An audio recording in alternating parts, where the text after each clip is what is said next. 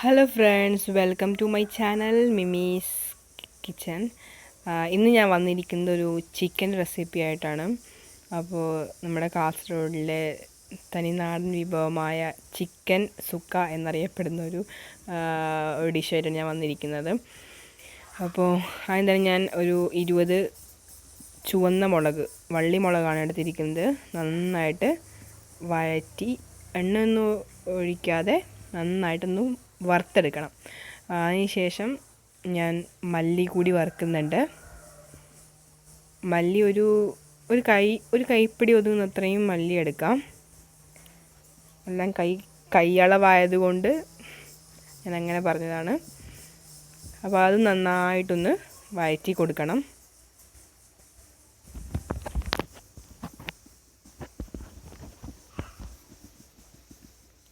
അതിലേക്ക് ഞാൻ ഉലുവ ഇടുന്നുണ്ട്. ഉലുവ ഒരു 1/2 സ്പൂണോ അത്ര ഇടാം, 1/2 സ്പൂൺ മതി. നന്നായിട്ട് വഴറ്റി കൊടുക്കുന്നുണ്ട്. നന്നായിട്ട് വറുത്ത് വേണം, നമുക്ക് പൊടിക്കാൻ വേണ്ടിയാണ് ഇത് വറുക്കുന്നത്. ഈ മുളകും മല്ലിയും എല്ലാം കൂടി ഒന്ന് പൊടിച്ചെടുക്കണം. അതുകൊണ്ടാണ് ഇങ്ങനെ വഴറ്റി കൊടുക്കുന്നത്. എക്സ്ട്രാ മുളക് പൊടി ഒന്നും ചേർക്കുന്നില്ല, ഇങ്ങനെ വറുത്ത് കൊടുക്കുകയാണ് ചെയ്യുന്നത്. അതിലേക്ക് ജീരകം കൂടി ഇട്ടിട്ടുണ്ട്. ഉലുവയുടെ അത്ര തന്നെ ജീരകവും എടുത്തിട്ടുണ്ട്. ജീരകം കൂടിയിട്ട് നന്നായിട്ട് വഴറ്റി കൊടുക്കുന്നുണ്ട്. എന്നിട്ട് നേരത്തെ എടുത്ത് വെച്ചിരിക്കുന്ന ആ മുളക് അതിൻ്റെ ഒന്നിച്ച് തന്നെ ഇടുന്നുണ്ട്. അപ്പോൾ അതെല്ലാം കൂടി ഒന്ന് പൊടിച്ചെടുക്കാൻ വേണ്ടിയിട്ടാണ്. ഇനി അതേ പാത്രത്തിൽ തന്നെ കുറച്ച് എണ്ണ ഒഴിക്കുന്നുണ്ട്. ഏതെണ്ണ വേണമെങ്കിലും എടുക്കാം. ഞാനിവിടെ പാം ഓയിലാണ് എടുത്തിരിക്കുന്നത്.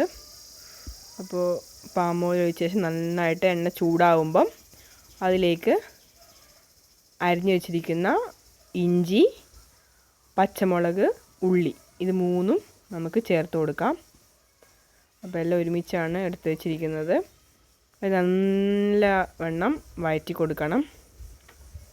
നന്നായിട്ട് വഴറ്റിയ ശേഷം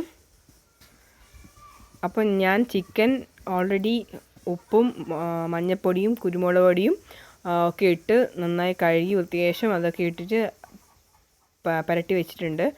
അപ്പോൾ അതിന് നല്ലവണ്ണം ഉപ്പ് പിടിക്കാൻ വേണ്ടിയിട്ട്. അപ്പോൾ ഇതിലേക്ക് കറിവേപ്പില കൂടി ചേർത്ത് കൊടുക്കുന്നുണ്ട്. അപ്പോൾ ചിക്കനിലോട്ട് ഒരു 1/4 മണിക്കൂർ, 15 മിനിറ്റ് വെച്ച് കഴിഞ്ഞാൽ നല്ലോണം ഉപ്പ് പിടിക്കും.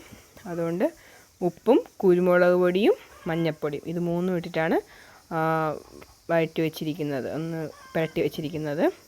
ഇനി അതിലേക്ക് വെളുത്തുള്ളി കൂടി ചേർത്ത് കൊടുക്കുന്നുണ്ട്. നന്നായിട്ട് വീണ്ടും വഴറ്റി കൊടുക്കുക. വെളുത്തുള്ളി ചതച്ച് ചേർത്ത് കൊടുത്തിട്ടുണ്ട്.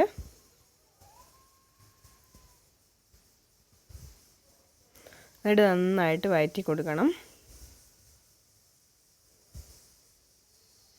ഇനി അതിലേക്ക് അരിഞ്ഞു വെച്ചിരിക്കുന്ന തക്കാളി, പുളിക്ക് ആവശ്യത്തിന് എത്രയാണോ തക്കാളി ഇട്ട് കൊടുക്കാം. ഞാനിവിടെ ചെറിയ 2 തക്കാളിയാണ് എടുത്തിരിക്കുന്നത്. അപ്പോൾ നന്നായിട്ട് വഴറ്റി കൊടുത്തിട്ട് നമുക്ക് അടച്ചു വയ്ക്കാം. അപ്പോൾ ഞാനൊരു മിക്സിയിൽ നേരത്തെ നമ്മൾ വറുത്ത് വെച്ച മുളകും മല്ലിയും പിന്നെ ഉലുവയും ജീരകവും ഇതെല്ലാം കൂടി ഒന്ന് നന്നായി പൊടിച്ചെടുക്കുന്നുണ്ട്. അപ്പോൾ പൊടിച്ച് എടുക്കാം.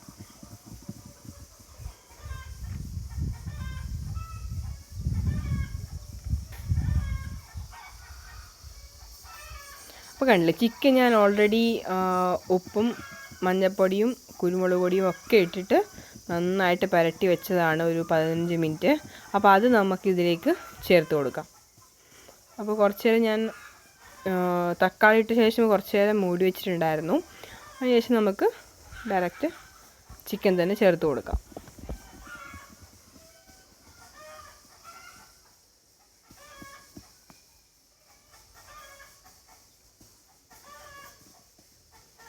ചിക്കൻ ചേർത്ത ശേഷം നന്നായിട്ടൊന്ന് വഴറ്റി കൊടുക്കണം.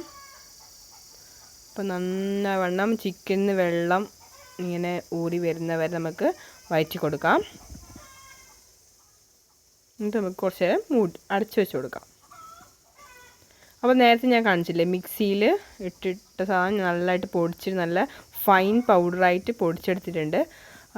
എന്നിട്ട് ഞാൻ ചിക്കൻ്റെ അടപ്പൊന്ന് മാറ്റി കൊടുക്കുകയാണ്. അപ്പോൾ ചിക്കനിന് കുറച്ച് ലേശം വെള്ളമൊക്കെ ഇറങ്ങി വന്നിട്ടുണ്ട്.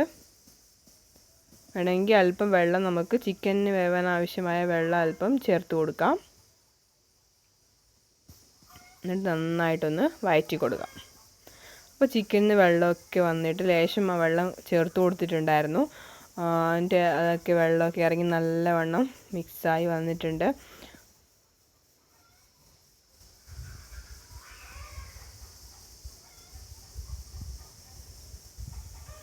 അപ്പോൾ അതിലേക്ക് ഒരു കാണിക്കാൻ വിട്ടുപോയ ഒരു സംഭവം എന്ന് വെച്ചാൽ ആ പൊടി ചേർത്തിട്ടുണ്ടായിരുന്നു. അതാണ് അത്രയും കളർ വന്നത്. അപ്പോൾ നേരത്തെ പൊടിച്ച് വെച്ചിരിക്കുന്ന പൊടി ചേർത്തിട്ടുണ്ടായിരുന്നു. അത് വീഡിയോ കിട്ടിയില്ല, അതുകൊണ്ട് അത് കാണിക്കാൻ പറ്റിയില്ല. സോ ചിക്കൻ ലേശം ഒരു ഹാഫ് വെന്ത് കഴിയുമ്പം അതിലേക്ക് ഈ പൊടി ഇട്ടാൽ മതി. അടുത്തായിട്ട് ഞാൻ അടുത്ത അടുപ്പിൽ ഒരു പാത്രം വെച്ചിട്ട് അതിലേക്ക് കുറച്ച് വെളിച്ചെണ്ണ ഒഴിച്ചിട്ട് അതിൽ തേങ്ങ വറുത്തെടുക്കുകയാണ്. നന്നായിട്ട് തേങ്ങ വറുത്തെടുക്കുന്നുണ്ട്. നല്ല ചുവന്ന കളറാവും വരെ, ഒരു ഗോൾഡൻ ബ്രൗൺ കളറാവുന്ന വരെ വറുത്തെടുക്കുക.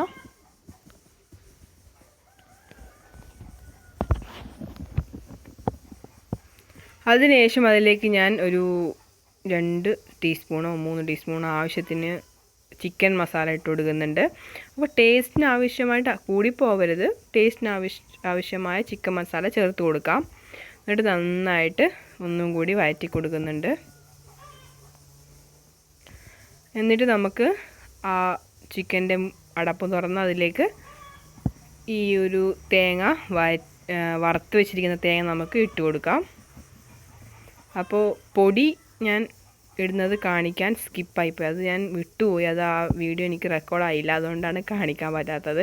നിങ്ങളെന്തായാലും ആ പൊടി ഒന്ന് ചിക്കൻ ഒരു ഹാഫ് വേവ് ആകുമ്പോൾ ആ പൊടി ഇട്ട് കൊടുക്കണം. അതിന് ശേഷമാണ് ചിക്കന് ഫുൾ വെന്ത് കഴിയുമ്പോൾ അതിലേക്ക് അവസാനം തേങ്ങ വറുത്ത് ചേർക്കുന്നുണ്ട്. അപ്പോൾ തേങ്ങ വറുത്ത് വെച്ചിരിക്കുന്ന തേങ്ങ ഈ ടൈമിൽ ചേർത്ത് കൊടുക്കാം. തേങ്ങയിലേക്ക് ഒരു 2 ടീസ്പൂണോ 1.5 ടീസ്പൂണോ ചിക്കൻ മസാലയുടെ ആ ഒരു ഫ്ലേവർ ഇഷ്ടമില്ലാത്തവർക്ക് കുറക്കാം, അല്ലെങ്കിൽ 2 ടീസ്പൂൺ വരെ ചേർക്കാം. എന്നിട്ട് നന്നായിട്ട് വഴറ്റിയ ശേഷം അതിലേക്ക് ഇട്ട് കൊടുത്തിട്ടുണ്ട്.